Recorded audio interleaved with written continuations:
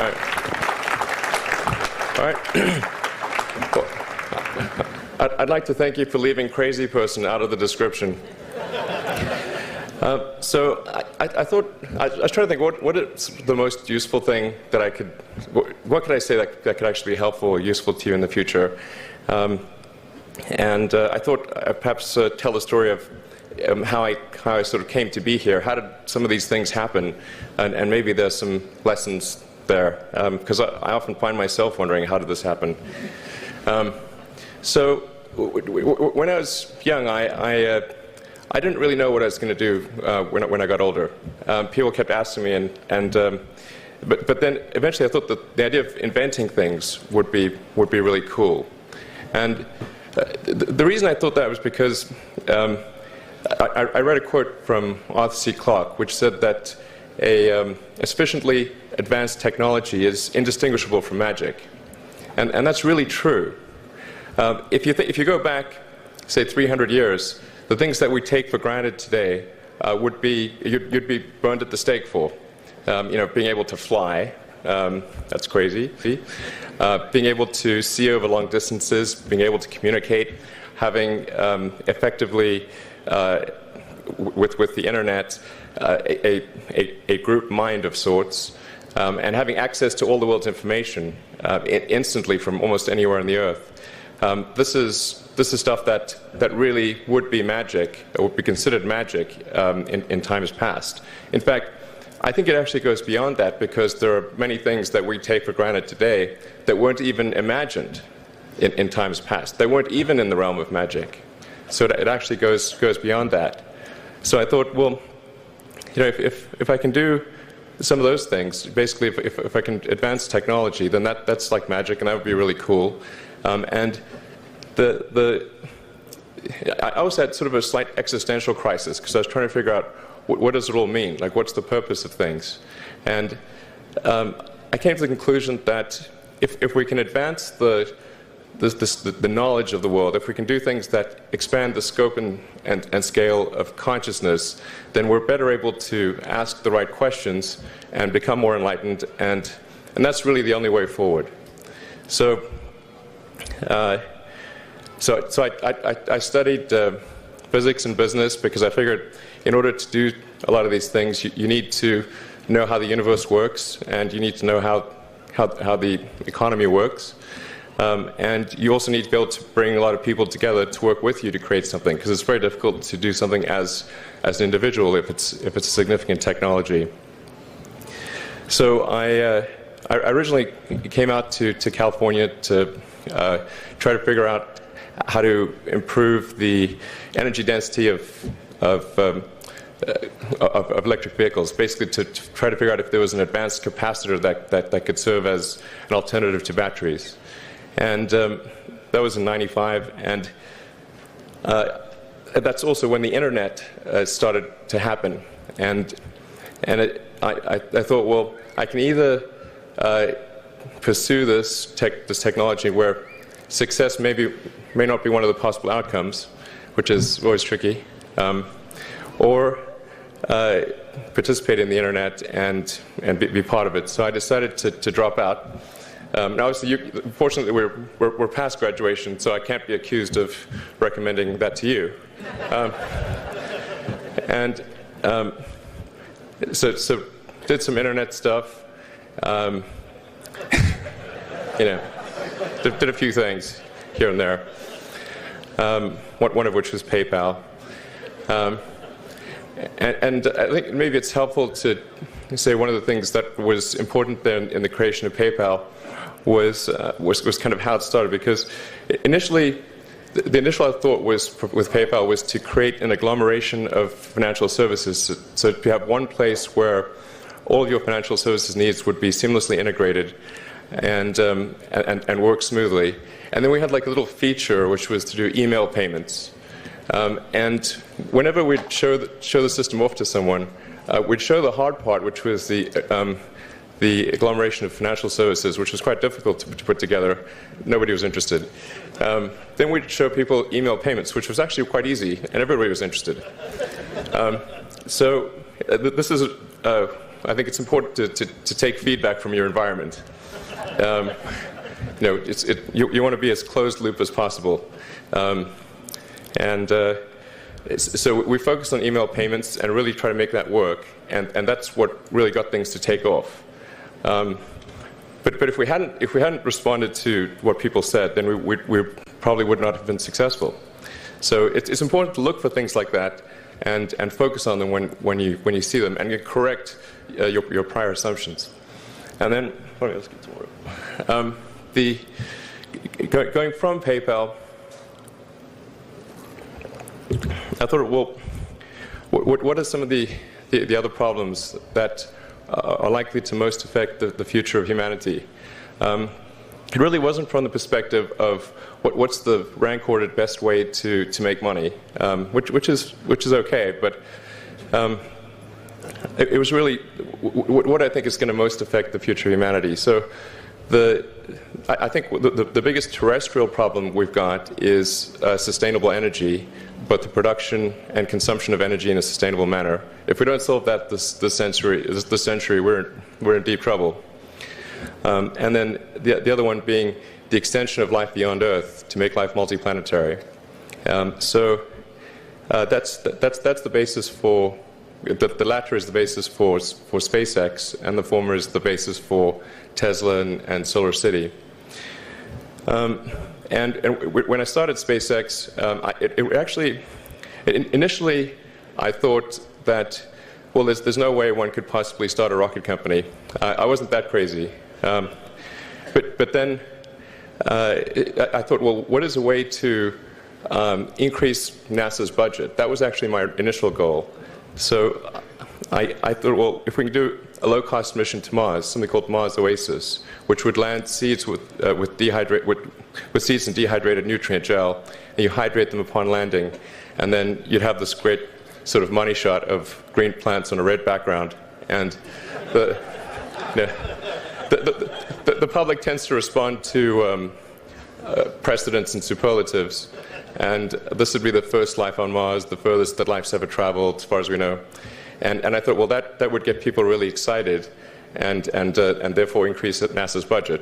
So obviously, the financial outcome from such a mission would probably be zero. So anything better than that was on the upside. So I actually went to Russia 3 times to look at buying a refurbished ICBM.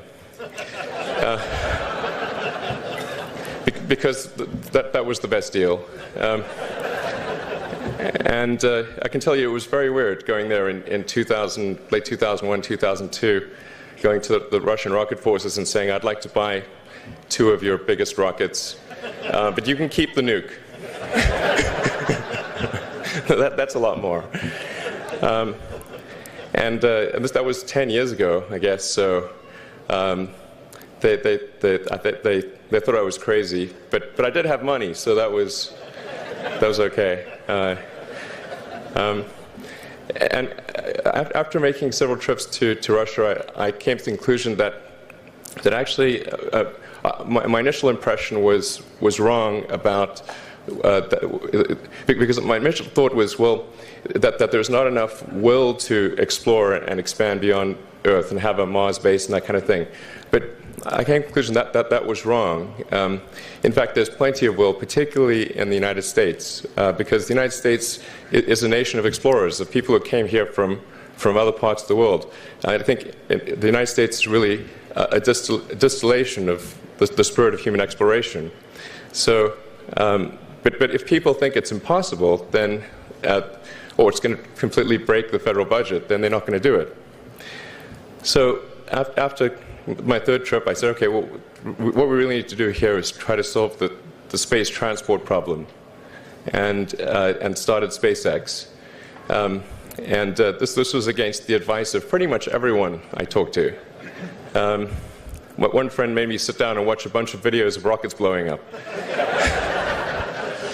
Let me tell you, he wasn't far wrong. It was tough going there in the beginning because I'd never built anything physical. I mean, I'd built like little model rockets as a kid and that kind of thing, but I'd never had a company that built anything physical, so I had to kind of figure out how to do all these things and bring together the right team of people, and so we did all that and then failed 3 times. It was tough going. Because the thing about a rocket is that the passing grade is 100%, and you don't get to actually test the rocket in the real environment that it's going to be in. So I think the best analogy for rocket engineering is like if you want to create a really complicated bit of software, you can't run the software as an integrated whole, and you can't run it on the computer it's intended to run on. But the first time you put it all together and run it on that computer, it must run with no bugs. That's basically the essence of it. So we missed the mark there. The first launch, I was picking up bits of rocket near the launch site. It was a bit sad. But we learned with each successive flight, and were able to, eventually with the 4th flight in 2008, reach orbit. And that was also with the last bit of money that we had.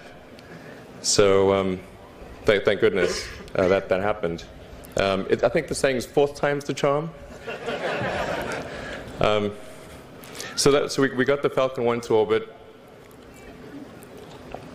and then began to scale that up to the Falcon 9, which is about an order of magnitude more thrust. It's around 1 million pounds of thrust, and we managed to get that to orbit, and then developed a Dragon spacecraft, which recently was able to dock and return to Earth from the space station.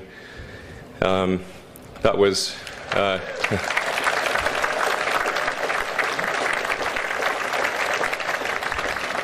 thanks. That was a white-knuckled event. Yeah, it's a huge relief. Still can't quite believe it actually happened. But there's a lot more that must happen beyond this in order for humanity to become a spacefaring civilization, ultimately a multi-planet species. And that's something I think it's vitally important, and I hope that some of you will participate in that, either at SpaceX or at other companies, because it's just really one of the most important things for the preservation and extension of consciousness.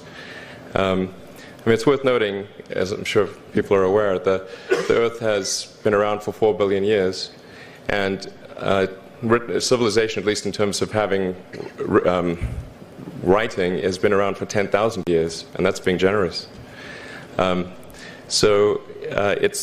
It's really somewhat of a tenuous existence that civilization and consciousness, as we know it, has been on Earth, and I think. I'm actually fairly optimistic about the future of Earth, so I don't want to sort of people to have the wrong impression that I think we're all about to die. I think things will most likely be okay for a long time on Earth, but not for sure, but most likely. But even if it's sort of 99% likely, a 1% chance is still worth spending a fair bit of effort to ensure that we've backed up the biosphere, planetary redundancy, if you will, and so I think it's really quite important. And in order to do that, there's a breakthrough that needs to occur, which is to create a rapidly and completely reusable transport system to Mars, which is one of those things that's right on the borderline of impossible. But that's sort of the thing that we're going to try to achieve there with SpaceX. And then on the Tesla front, the goal with Tesla was really to try to show that what electric cars can do, because people had the wrong impression. We had to change people's perception of an electric vehicle, because they used to think of it as something that was slow and ugly and had low range, kind of like a golf cart. So that's why we created the Tesla Roadster, to show that you can be fast, attractive, and long range. And it's amazing how, even though you can show that something works on paper, and the calculations are very clear, until you actually have the physical object and they can drive it, it doesn't really sink in for people. And so that I think is something worth noting. If you're going to create a company, the first thing you should try to do is create a working prototype. Everything looks great on PowerPoint. you can make anything work on PowerPoint. But if you have an actual demonstration article, even if it's in primitive form, that's much more effective for convincing people. So we made the Tesla Roadster, and now we're coming out soon with the Model S, which is a four-door sedan. Because after we made the Tesla Roadster, people said, "Oh, sure. We always knew you could make a car like that. It's an expensive car, and it's low volume, and it's small, and all that. But you couldn't make a real car." Like, okay, fine. I got to make that too. So that's coming out soon. Yeah. So that's the I think the where things are, and hopefully there are some lessons to be drawn there. But I think the overarching point I want to make is that you guys are the magicians of the 21st century. Don't let anything hold you back. Imagination is the limit, and go out there and create some magic.